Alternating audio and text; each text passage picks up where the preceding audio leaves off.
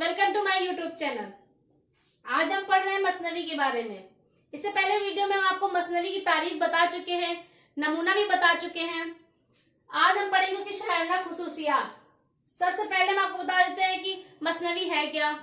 मसनवी एक तवील नज्म है, यानी बात से बात पैदा करना और उसको शायरी की शक्ल में अदा करना, वो हमारा मसनवी कहलाता है। इसकी शायराना खुसूसियात 4 हैं।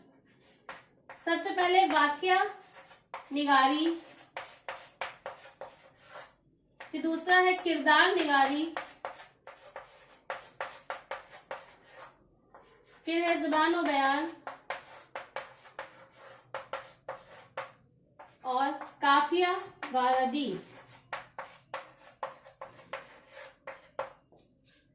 कहने का मतलब यह है कि मसनवी में इन 4 चीजों का होना बहुत जरूरी है। अगर ये 4 चीजें नहीं है तो मसनवी एक अच्छी मकबूल मसनवी नहीं बन सकती, या मसनवी वो हो ही नहीं सकती। कि वाक्या निगारी, कि हम कोई बात कह रहे हैं, उसमें कोई जो वाक्या यानी कोई बात कहनी है, वो हम टॉपिक जो कहते हैं वो अगर नहीं होगी तो हम बात क्या कहेंगे। किरदार निगारी, जो हम वाक्या बयान करने का उसमें लोगों किरदार के बारे में नहीं बताएंगे तो वो मसनवी नहीं कहलाएगी। और ज़बानो बयान, अच्छी ज़बानो बयान, ताकि लोगों को समझ में आए। तो ये हमारे शायराना खुसूसियात है। अब हम इनको आपको डिटेल में बताएंगे, ताकि अगर आप रिटन एग्जाम दे रहे हैं तो अच्छे से लिख पाए, और अगर ऑब्जेक्टिव है तो अच्छे से उसकी जो डेफिनेशन आती है उसको समझ पाए। सबसे पहले वाक्या निगारी। वाक्या निगारी है क्या? जब हम मसनवी लिख रहे होते हैं तो हम कोई वाक्या बयान कर रहे होते हैं। वो वाक्या कैसे, फितरी भी हो सकता है, फौके फितरी भी हो सकता है। यानी जो वाक्य बयान कर रहे हैं हम नॉर्मल लोगों के बारे में बता सकते हैं, या कोई कहानी, जैसे कि बचपन में हम कहानी तो सुनते आ रहे, परियों की, देव की, जो कि एक राक्षस आता है परी को ले जाता है, जो भी फिर जादू करते हैं, ये सब कहानी तो हम बचपन से सुनते आ रहे हैं। उसी को पेश करना हमारा मसनवी कहलाता है। तो वही है कि फितरी भी हो सकते हैं और फौके फितरी भी हो सकते हैं। कहने का मतलब है कि हम आसान लफ्जों में बता दें कि मतलब नॉर्मल लोगों के बारे में बता सकते हैं, और जादू के बारे में बता सकते कि कोई देव है उसने जादू कर दिया, तो वो फौके फितरी में आ जाएगा, वो फौके फितरी के जेल में आ जाएगा। कि अगर हम जिन की, परी की कहानियां सुना रहे हैं या उसको मसनवी में पेश कर रहे हैं तो वो हमारा फौके फितरी कहलाएगा। अगर हम आम इंसान की बात कर रहे हैं तो वो फितरी में कहलाएगा। ये फलसफा भी हो सकता है, और शायर इसमें इश्किया मज़ामीन भी बयान कर सकता है।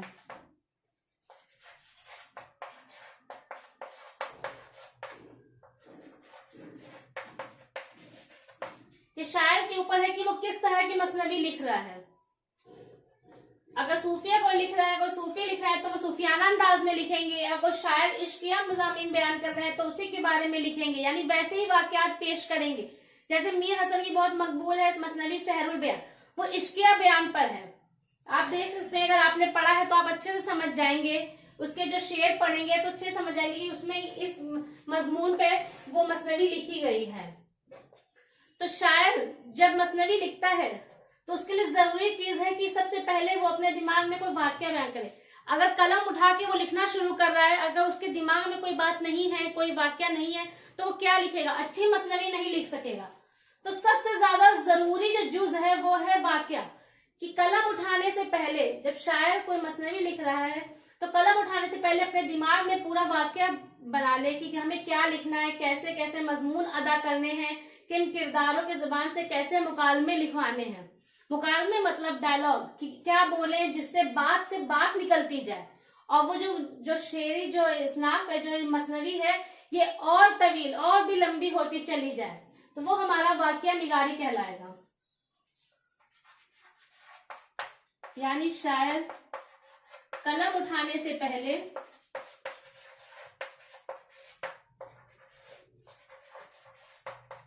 एक मरबूत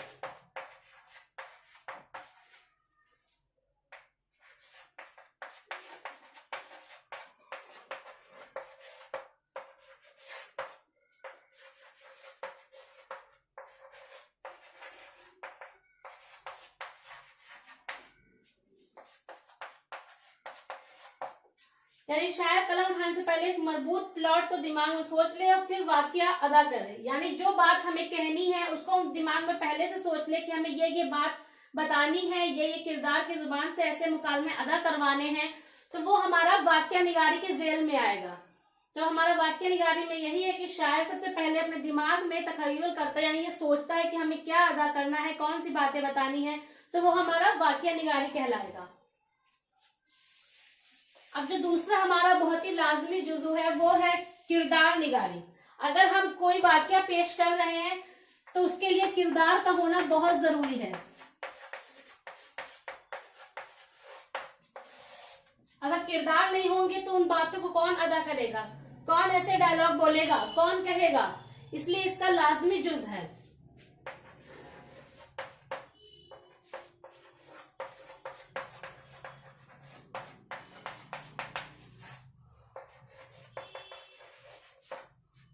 ये मसनवी का दूसरा लाजमी जुज़ है किरदार निगारी।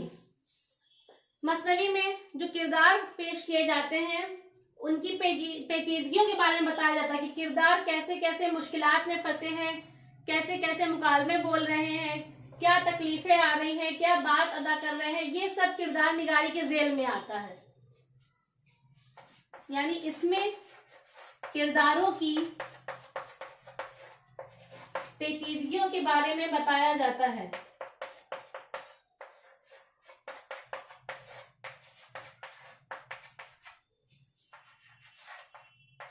और उनके सामने जो भी मुश्किलात होते हैं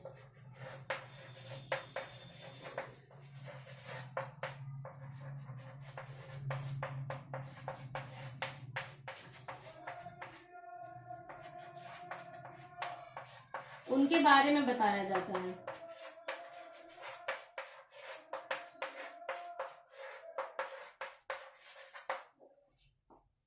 आप देख सकते हैं कि किरदार निगारी में क्या बताया जाता है, जो उनकी पेचीदगियां हैं, जो उनके मुश्किलात उनके सामने आ रही है उनके बारे में बताया जाता है। ज्यादातर इसमें ड्रामा पेश किया जाता है।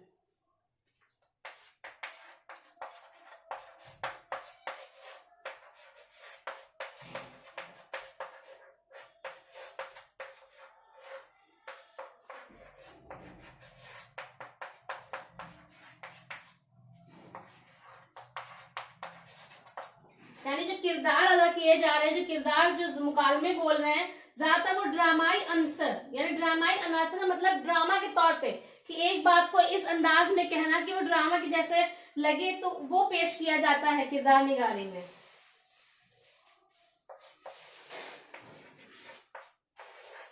इसमें मुकालमे भी होते हैं,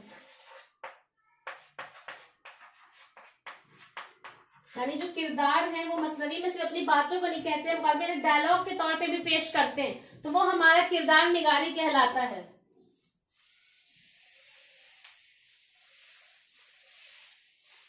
तो मसनवी के दो बहुत ही अहम जुज़ू होते हैं, पहला वाक्य निगारी, दूसरा किरदार निगारी। इसके बिना मसनवी अच्छी मसनवी नहीं कहलाएगा।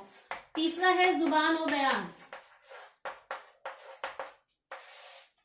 यानी मसनवी की जुबान ऐसी होनी चाहिए कि लोगों को आसानी से समझ में आ जाए।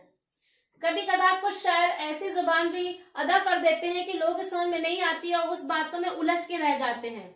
अगर ऐसी बात होगी तो ये मसनवी का सबसे बड़ा ऐब समझा जाता है। इसलिए इसकी जुबान ज्यादातर साफ दिलकश अंदाज में पेश की जानी चाहिए, ताकि जो सुन रहा हो, जो उस मसनवी को पढ़ रहा हो, जो सुन रहा हो, उसको आसानी से समझ में आए और जो मसनवी में वाकया बयान करे उसका मंजर उनकी निगाहों के सामने से खिंच जाए।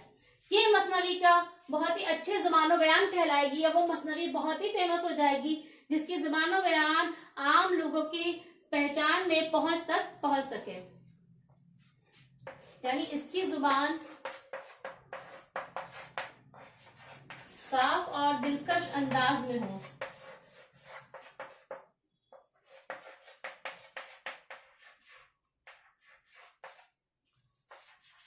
जुबान ऐसी ना हो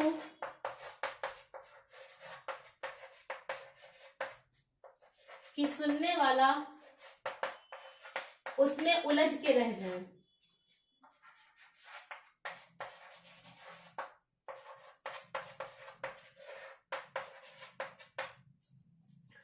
प्लस जुबान ऐसी हो, साफ दिलकश अंदाज में हो कि लोग अच्छे से उसको पढ़ सके, समझ सके, सुन सके।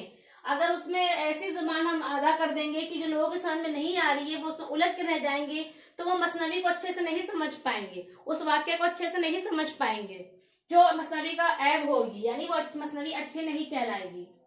अब है काफिया व रदीफ।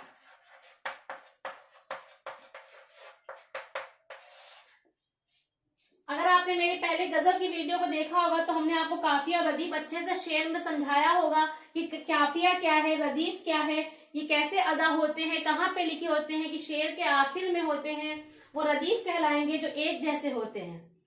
जो हम अल्फाज होते हैं वो रदीफ कहलाते हैं, और जो हम आवाज होते हैं यानी जिनकी आवाज एक जैसी होती है, लफ्ज एक जैसे नहीं होंगे, वो काफिया कहलाएंगे। तो गजल में हमने आपको बताया था कि काफिया रदीफ का होना बहुत जरूरी है, लेकिन मसनवी में काफिया का होना बहुत जरूरी है।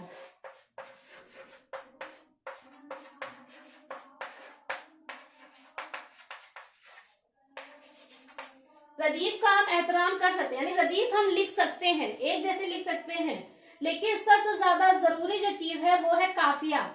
गजल में हमने आपको बताया कि काफिया और रदीफ दोनों का होना बहुत जरूरी है, और हर शेर में रदीफ का होना जरूरी होता था, लेकिन मसनवी में काफिया का होना बहुत जरूरी है। और काफिया है क्या? ये हम आवाज होते हैं।